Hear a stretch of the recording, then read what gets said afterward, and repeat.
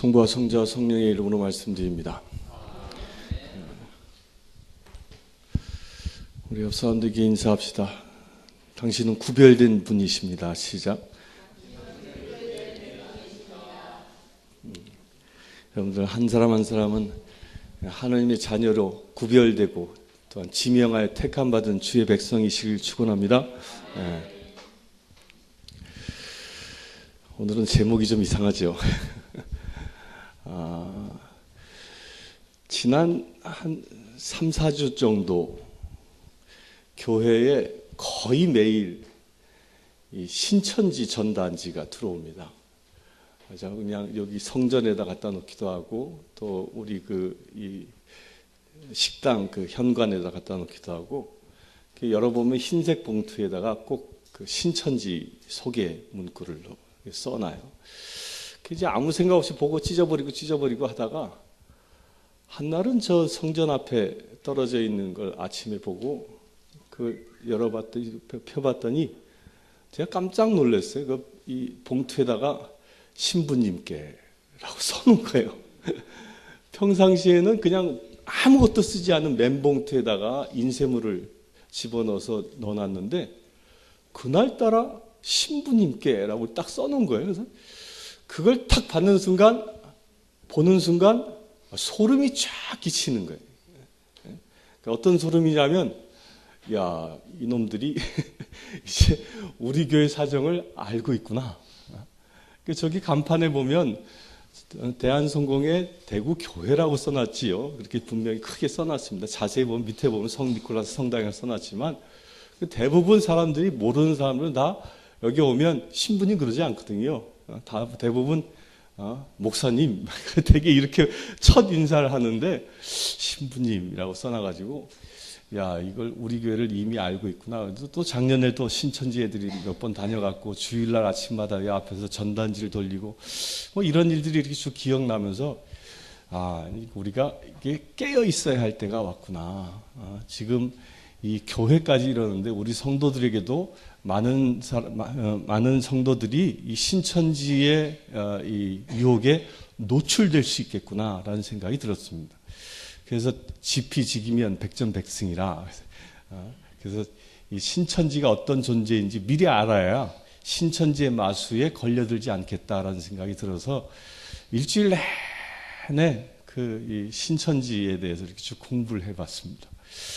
공부를 해보니까 이제 신천지는 대표적인 말이 이단이죠. 이단이라고 하잖아요.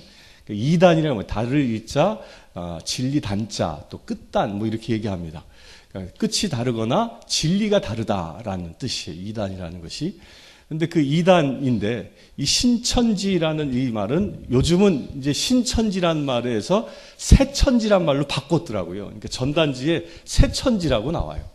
새 신자를 이제 빼버리고 이 새자를 넣은 것 같아요. 새천지라고 해서 씁니다. 이제 이들은 예전에는 비밀리에 이 사람들을 만났는데 요즘은 공개적으로 얘기합니다. 전에 이제 수성못에 갔더니 공개적으로 신천지입니다. 그러고 전도지를 주더라고요. 공개적으로 합니다. 아주 공개적으로 하는데 이 신천지의 이 본 이름은 뭐냐면 신천지 예수교 증거 장막 성전이란 풀네임이 그렇습니다. 풀네임이. 여기에 교주는 이만희라는 지금 83 된 할아버지입니다. 이만희가 교주입니다. 신천지가 뭐냐?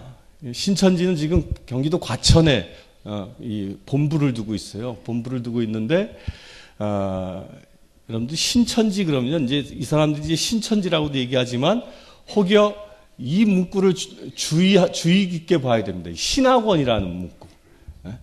이렇게 신학원이라는 문구를 쓰면 일단 신천지가 아닌가라고 의심해 봐야 돼요. 우리 어디 신학원에서 이 대구도 신학원이 있어요. 신천지 신학원이 있어요. 근데 거긴 신학원을 쓸 때는 신천지란 말을 안 씁니다. 안 쓰고 뭐 성경신학원, 시온신학원, 뭐 평신도 성경신학원 이런 말을 앞에 붙여가지고 신학원이란 말을 써요. 그러니까 우리 신학원에서 뭐 이렇게 얘기하면 딱 의심해 봐야 됩니다. 지금 대부분 개신교나 우리 성공에서 신학원이란 말을 쓰지 않습니다. 신학교란 말을 씁니다. 신학교란 말을. 그래서 신학원이란 말로 접근하면 신천지가 아닌가라고 의심해 봐야 합니다. 이 조직을 보면요, 이 신천지가 신천지의 중요한 교리는 요한 묵시록에서 따옵니다. 요한 묵시록에 보면 마지막 때에 12지파 14만 4천 명이 이제 구원받는다라고 되어져 있어요. 그 14만 4천 명이 12지파의 이 백성들인데 그 12지파가 누구냐? 그게 신천지다라고 얘기하는 거예요. 신천지가.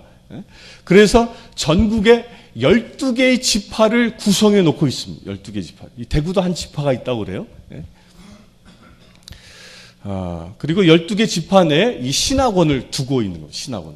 그래서 신천지는 교회란 말을 잘 쓰지 않습니다. 그러니까 12지파의 어떤 신학원이란 말을 쓰고 있다는 거죠. 그 지교에도 이게 은밀히 간판을 달지 않았는데 세워져 있는 교회가 벌써 130여 곳이 전국에 걸쳐 있다고 합니다. 이 교인 수가 문제인데요. 이 교인 수가 신천지가 지금 몇 명을 목표로 전도하고 있다고 그래요? 14만 4천 명을 채우기 위해서 전도하고 있는 거예요. 지금 혈안이 되고 있어요. 이 10만 명이라는 통계는 그 작년 초의 통계였어요. 그러니까 그동안 더 늘었겠죠. 아마도 거의 어떤 사람은 벌써 15만 명에 육박했을 거다라고도 얘기하는데 벌써 이 활동하고 있는 신천지 신자 수가 10만 명입니다. 10만 명. 어마어마하게 많은 숫자입니다. 저들이 그 작년에 서울에 있는 올림픽 잠실 주 경기장에서 그 경기장을 빌려가지고 집회를 열 정도로 어마어마한 사람들이 거기에 몰려들고 있습니다. 그럼 이 신천지가 가지고 있는 이걸 보면 잘 보면 이 신천지의 이 창조자인 교주인 이만이라는 사람이 경상도 사람이더라고요. 청도군 사람. 근데 이 청도군 사람인데 이 사람이 이 전주 이씨 후예라고 그래요. 그러니까 자기 자신이 조선 왕조의 왕족 후예다라고 얘기하는 거예요. 그렇게 얘기합니다.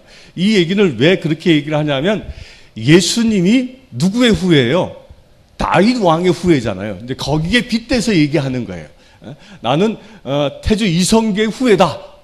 이성계의 후예다라고 얘기하면서 그가 이제 어려서 서울을 상경하는데 상경에서 이 사람이 어디에 들어가냐면 장막성전이란 이 사이비 교단에 들어갑니다. 이 유재열이라고 역시 연세 드신 분들은 기억하십니까? 이게 1960년대, 50년대, 60년대에 이 땅을 와 덮었던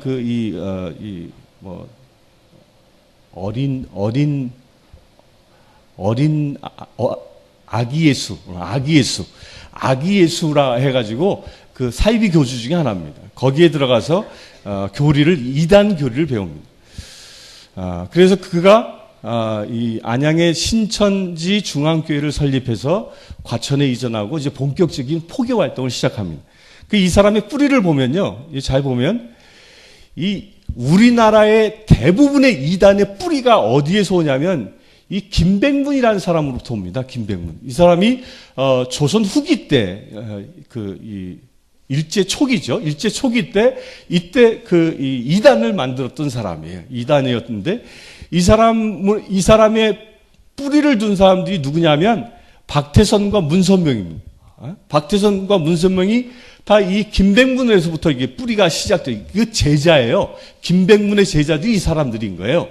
그런데 이 이만이라는 사람이 누구냐면 박태선의 그 제자의 한 뿌리였던 이 유재열이라는 사람, 장막 성전에 들어가서 장막 성전의 교리를 배우는 거예요.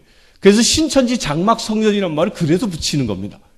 그래서 이만희의 뿌리는 어디예요? 이만희 뿌리는 박태선에 있는 거예요. 박태선 장로에. 그러니까 이 신앙촌에 있는 거예요. 신앙촌. 그래서 거기서 이만희가 이제 이 교리를 성전 교리를 배우게 됩니다. 이단의 교리를. 그리고 또 이제 이만희가 하는 일이 뭐냐면 이게 정말 이게 마지막 때인 것 같아요. 마지막 때라는 것을 어떻게 보여지는 거냐면 이만희가 우리나라의 대표적인 두 이단을 아우릅니다. 그게 뭐예요? 하나가 박태선으로부터 이 뿌리 내린 이단, 그 박태선으로부터 뿌리 내린 것이 지파가 많아요. 박태선 지파가. 그 중에 여러분들이 제일 잘 아는 게 구원파예요. 구원파. 구원파도 박태선이 뿌리를 두고 있거든요. 근데 그 구원파를 지금 뛰어넘은 게 이게 이만입니다. 그래서 이제 그쪽을 뛰어넘었거든요. 그쪽을 뛰어넘고, 그리고 누구의 교리까지 왔냐면, 예전에 이 구원파들은 통일교와 교류하지 않았습니다. 통일교와는 완전히 구별되어져 있었거든요. 근데 이만희가 통일교의 교리를 가져와요. 원리 강론을 가지고 와요. 원리 강론을 가져와서 자기의 교리를 만드는 거예요. 그러니까 이만희는 어떤 사람이냐면 바로 박태선과 문선명의 교리를 융합시켜낸 사람인 거예요. 그게 신천지의 아주 중요한 교리입니다.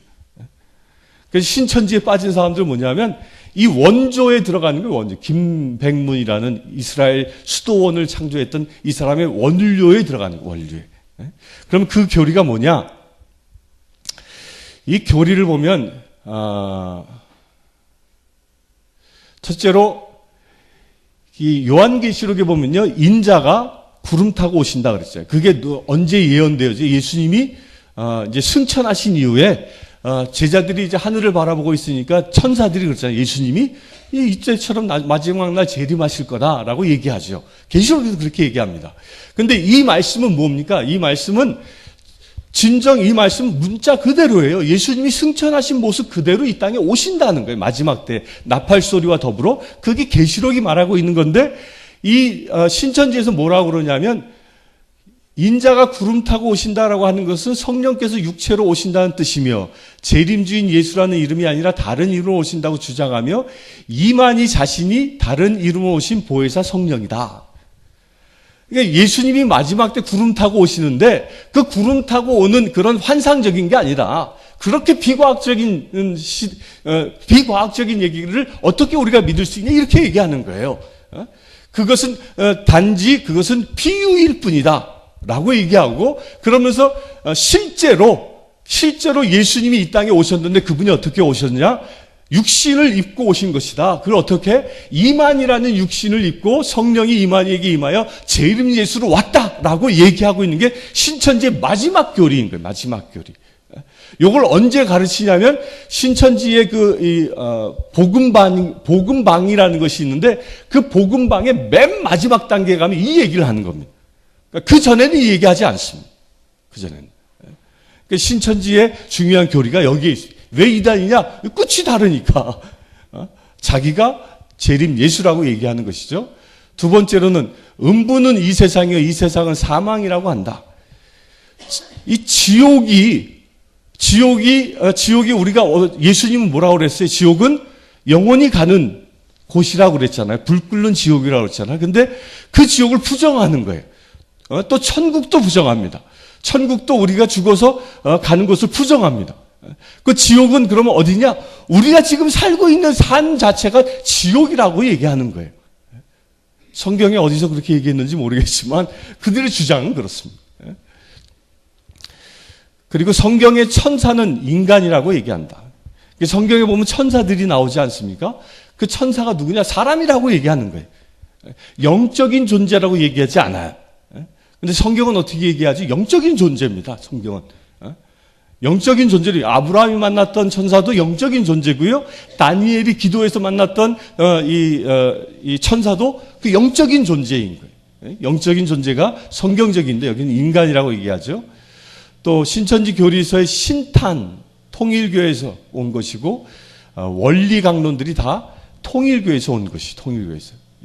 이 원리 강론도 무엇을 얘기하냐면요. 원리 강론의 핵심은 뭐냐?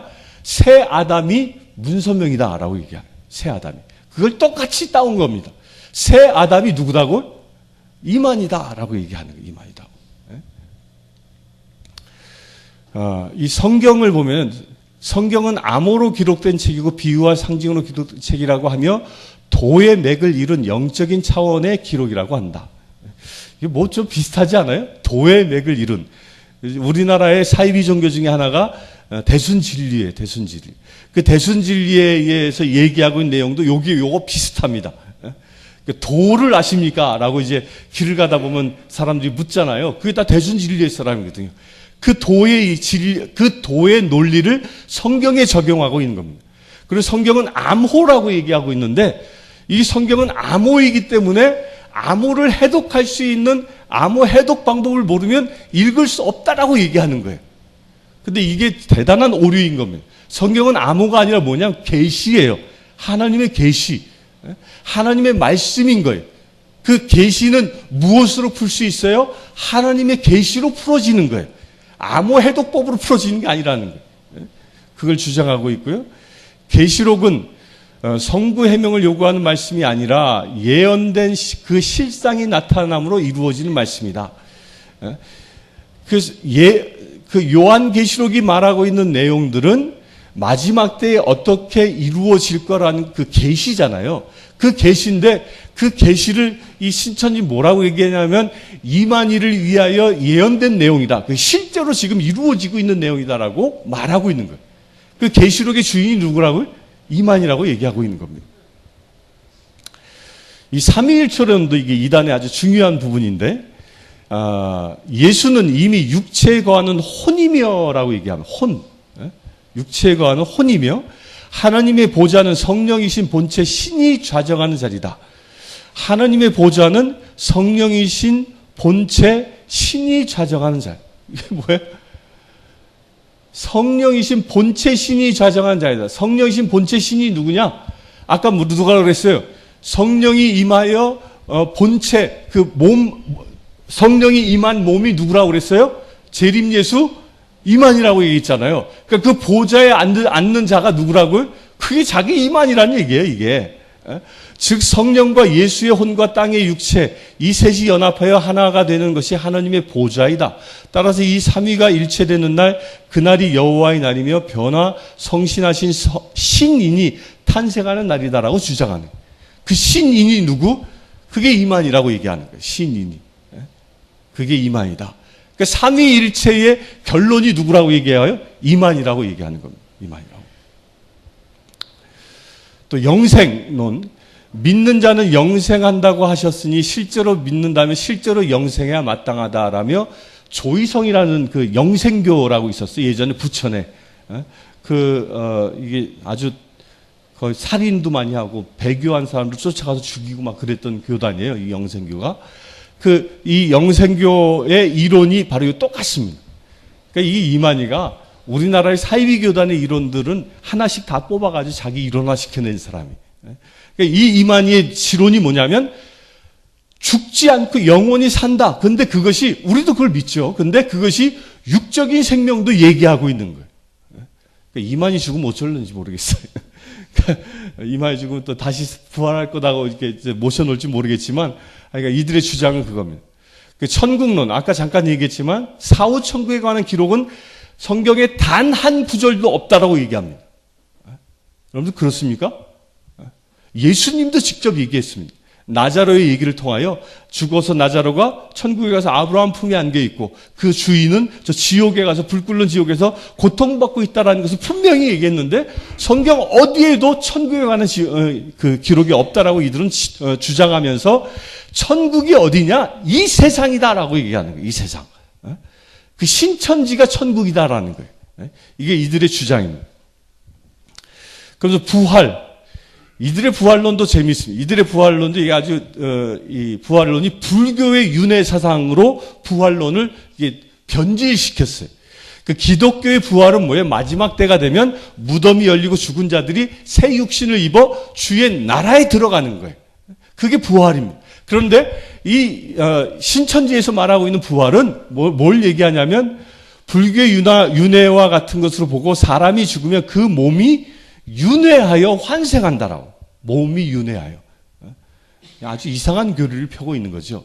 이게 이단의 가장 중요한 그 10가지의 그 신천지의 교리입니다. 또한 그 신천지에 보면 잘못된 언약관이 있어요. 이게 언약이 뭐냐면 예수 그리스도의 약속이 성취되는 거죠. 근데 이들은 언약관을 어떻게 보냐면 신천지의 언약관은 구약은 오실 메시아, 신약, 을 얘기하고 신약은 약속된 새 언약의 목자 이만희 계시록을 예언하고 있다라고 얘기하는 거예요. 이게 언약관이에요. 그럼 바른 언약관은 뭐예요? 구약과 신약은 누구를 계시하는 거예요? 누가 오심을 약속한 거예요? 예수 그리스도가 오심을 약속한 거예요. 그러니까 그 자리에 누가 들어간 거예요? 이만희가 들어간 거예요. 그러니까 이만희는 철저히 자기 교리를 통하여 예수화 시켜낸 거예요. 자기를 전주희 씨의 이 후손이다라고 얘기하면서 예수 그리스도가 다윗 왕의 후손인 것처럼 똑같이 비유하면서 자기 자신을 예수로 그대로 비유하고 있는 거죠. 그리고 우리가 이제 여러분들 신천지 전단을 보거나 혹여 누구의 속임에 빠져서 어떤 모임에 갔는데 거기서 보여주는 책자들에 이런 그림들이 있으면 이거 100% 신천지다라고 바로 아시라는 거예요. 그 어떤 그림이 이게 신천지 교재에서 나온 걸 카피한 거거든요. 이 그림이에요. 목자 구분. 신천지 교리의 가장 중요한 게 뭐냐면 원칙 중에 뭐냐면 철저한 이분론적 사고를 합니다. 이분론적 사고. 그래서 참목자와 거짓 목자를 완전히 구분합니다. 그 참목자는 누구예요? 신천지 교단의 목자가 참목자고 신천지 교단 외의 모든 교회의 목자들은 거짓 목자다. 그들은 사단의 영에 미혹받은 자다라고 얘기합니다. 따라서 신앙인이 누구를 선택해야 하겠느냐라고 질문한다는 거예요. 또 성경의 비유 요 부분 이 빙자란 말을 제가 찾아봤는데 잘 모르겠더라고요. 이게 신천지가 쓰는 용어인데 하여간 이런 그림을 보여주고 또 이 비유 이런 그림들 요 중간에 보면요 이 가마를 보면 나무 목자 사탄의 불 그래놓고 가마는 요게 기성교예요. 기성교회는 어떤 거냐면 사탄의 불에 달구어져서 그 안에 누가 들어가 있어? 양고기인 성도들이 들어가서 팔팔 삶혀지는 것이 기성교회다. 이렇게 비유하고 있는 거예요. 이렇게. 이게 신천지입니다. 또 요게 이제 성령론의 이게 양태론이라고 그러는 것인데 이게 왜 이다냐면 구름, 성령, 비, 생명의 말씀, 물, 채소, 사람. 구름, 성령이 구름 되어지셨는데 그분이 비의 물방울로 변화되어져 뭐로 왔다고요? 생명의 말씀이 물방울로 변화되어져서 그 말씀을 받아 자라는 사람들이 신앙인이다. 이게 양태론이에요, 양태론. 이것은 이 양태론이 뭐가 같냐면 하나님을 태양으로 비유하고 중간에 오는 빛이 있죠. 그 빛이 예수 그리스도고 그 빛이 지구에 와서 복사열을 발하여 따뜻하게 되는데 그 복사열이 성령이다. 이게 이단의 논리거든요. 이 논리를 그대로 얘기하고 있는 거예요. 그대로. 또 시의 종류, 뭐 이런 그림만 이렇게 기억하고 계세요. 이런 그림들을 보면 신천지의 논리다. 또 요거 아까도 얘기했던 4단계의 이걸 또 나누면 8단계로 이야기합니다. 이 성경의 역사가 4단계로 이루어지고 자세히 나누면 8단계로 성경이 펼쳐진다. 그 8단계, 4단계의 마지막에 누구에 귀결된다고요? 이만희에게. 이게 이 그림이 바로 신천지의 교리의 그림들이고요. 그러면 여러분들이 신천지를 구별하는 방법은 어떤가? 여러분들이 성경 공부할 수 있습니다. 누군가를 만나서 성경 공부할 수 있어요. 그런데 그 성경 공부를 한다고 하면서 이런 말로 유혹하면 성격, 행동, 유형 검사, 미술, 심리 치료, 도형 그리기, 우울증, 스트레스 테스트, 애니어그램, MBTI, 힐링 스쿨, 각종 설문조사, 또 5분 스피치. 이건 세상에서 많이 쓰는 여러 가지 공부 방법이죠. 근데 이걸 가지고 접근한다는 거예요. 애니어그램 해? MBTI 검사해? 나도 한번 해보지. 호기심을 일으키는 거죠. 이렇게 접근을 하고요. 두 번째로, 누군가가 나에 대하여 꿈을 꿨다. 영험한 사람이 있는데 내가 그 사람이 당신의 꿈을 꿨어. 그래서 내가 그 꿈 얘기를 해줘야 되겠어. 이렇게 접근하는 사람이 거의 신천지라는 거예요. 또 주변에 신앙상담, 신유, 영적 능력이 탁월한 사람이 있다. 지인을 통해서 만납니다, 꼭. 그런데 사람들이 이 신천지의 접근 방법은요, 예전에는 그 무작정 교회에 들어가가지고 거기에 들어가서 숨어서 그 교회 분란을 일으켰는데 요즘은 어떻게 하냐면 관계 전도를 하는 신천지도. 그래서 아는 사람에게 접근을 해요. 아는 사람에게 접근해가지고, 접근해서, 내가 영험한 사람을 알아. 그 사람은 손 얹기만 해도 신유가 일어나고 치유가 일어나고 예언도 하고 그런 신통한 사람이 있어. 내가 그 사람 소개해 줄 테니까 만나볼래? 이렇게 접근하는 사람들 그거 거의 다 신천지라는 거예요. 그리고 네 번째로 교회 밖에서 성경 공부, 큐티 모임, 영성을. 여기 중요한 게 교회 밖에서예요. 그래서 비밀리에 우리가 성경 공부하는데 그 교회 목사님이나 신부님한테 얘기하지 마. 다른 성도한테 얘기하지 마. 우리가 비밀리에 우리 집에서 한번 모이니까 성경 공부를 할 수 있는, 가르칠 수 있는 아주 말씀의 은혜로운 목사님이나 뭐 전도사님이나 뭐 선교사님 이런 분들이 오실 거야. 그분이 오시는데 그분과 함께 성경 공부해봐. 라고 교회 밖에서 성경 공부를 하도록 유혹하는 사람은 그 신천지라는 거예요. 이 상위 네 가지 가운데요. 한 개 이상의 권유를 받았으면요, 신천지의 이 추수꾼의 접근이었을 확률이 농후하다는 거예요. 농후하다. 농후합니다. 이거 여러분도 분명히 깨닫고 있십시오. 제가 이 얘기를 하냐면 우리 성공회도요, 이게 안전지대가 아니더라고요. 더 이상. 성공회는 이들이 어떻게 파악했냐면 재산이 재단법인 거라는 것을 이들이 안 거예요. 이들이 아니까 천주교식 방법으로 접근하는 것 같아요. 천주교도 재단 거라 재산을 그들이 바꿔갈 수 없거든요. 일반 장로교는 재산이 그 교회 거예요. 교회 거니까 교회 목사만 바뀌면 자기들끼리 될 수 있는 거예요. 그런 식으로 교회를 사넘기기라는 전략으로 접근했는데 천주교와 성공에 그게 불가능하니까 어떤 식으로 접근하냐? 성도 빼가기로 접근하는 거예요. 성도 빼가기로. 이런 식으로 접근한다는 거예요. 기억하고 계십시오. 혹시 여러분들 잘 아는 사람이 이런 네 가지 질문을 가지고 접근해 오고 그러면 그 100% 신천지다라고 꼭 분별하길 바랍니다. 다섯 번째로 교회 밖 성경 공부를 인도하는 교사가 목사, 전도사, 간사, 신도사, 선교사 등이 있다. 꼭 이런 얘기를 하는 거예요. 교회 밖에서 성경 공부하는데 아주 영험한 사람이 있어. 1대1로 만날 거야. 쑥스러우면 나도 만날게. 꼭 그래서 2명, 3명, 많으면 4명 단위로 성경 공부를 교회 밖에서 하도록, 가정에서 하도록 유혹하는 자가 신천지라는 겁니다. 또한 성경 공부 교사가 성경 공부하는 것을 다른 사람에게 말하지 말라. 비밀에 붙이라는 거예요. 또 7번째로 성경 내용을 역사, 교훈, 예언, 성취로 4단위로 구분해서 가르치고 있으면요, 이건 신천지라는 거예요. 왜? 마지막 성취를 얘기하기 위해서인 거예요. 그 성취가 누구라고? 이만희. 8번째로 성경공부 교사가 성경이 계시록 시대 등 8개 시대로 구분하여 반드시 예언을 깨달아야 한다. 이 8단계 구분법을 얘기하고 있으면 그 신천지라는 거예요. 더 이상 들어볼 게 없다라는 겁니다. 9번째로 죄사함이 예수를 믿고 비유를 깨달으며 새 언약을 지킬 때 가능하다. 여기서 중요한 게 새 언약이에요. 새 언약. 예수를 믿는다라는 까지는 거긴 정통교죠. 그런데 새 언약, 요 새 언약이 함정인 거예요. 새 언약. 그 새 언약이 뭐냐면 신천지 교리인 거예요. 신천지 교리를 행해야 구원에 얻을 수 있다라는 겁니다. 10번째로 사탄이 성전에 앉아 하나님으로 가장의 신앙인들을 미혹한다고 가르치는 것. 사탄이 성전에 앉아, 그 성전에 앉아 있는 사탄이 누구라고 얘기하는 거예요? 그 교회 목사라고 얘기하는 거예요. 신천지가 아닌 교회의 목회자를 보고 사탄이라고 얘기하는 거예요. 그게 신천지의 교리입니다. 11번째로요.